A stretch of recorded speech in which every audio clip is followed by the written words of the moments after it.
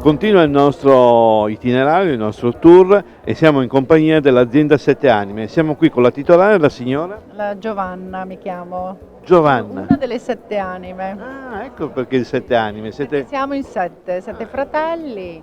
Questa è un'attività relativamente nuova, abbiamo iniziato nel 2014.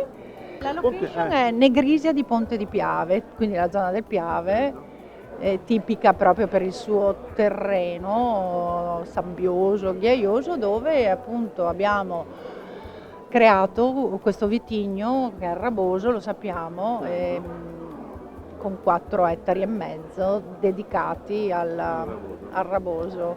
Ci credete voi nel Raboso? Io direi di sì, anche perché abbiamo questa esperienza un po' anche, diciamo, fuori territorio, anche se la nostra famiglia poi nasce in questo contesto, di oltreoceano per tanti anni, e volevamo anche bere questo vino, eccetera, e non veniva mai trovato, perché io sono rientrata 5 anni fa. E quindi lei ha detto voglio il Raboso. Vorrei proprio portare a far conoscere sempre di più questo territorio e questo vino.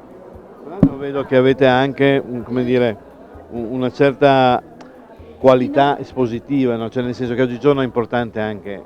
Diciamo che l'abito È importante? magari può fare anche il monaco, però il contenuto è altrettanto di qualità. Direi si parte dal contenuto, che deve essere ottimo, parte dal e poi contenuto. però un'immagine curata è importante. Abbiamo voluto dare proprio il senso anche proprio dell'immagine attraverso questi cuori, insomma, che caratterizzano proprio il vitigno autoctono, che è il Raboso. Quindi ci mettiamo il cuore, il lavoro, la qualità sulla quale stiamo puntando. Tanto complimenti per averci investito, perché non è. Sì, gli investimenti nel vino poi arrivano più tardi, no? Poi su questo vitigno in particolare. Un po' di anni di permanenza, quindi ovviamente anche i capitali rimangono fermi. Giustamente, ha detto bene.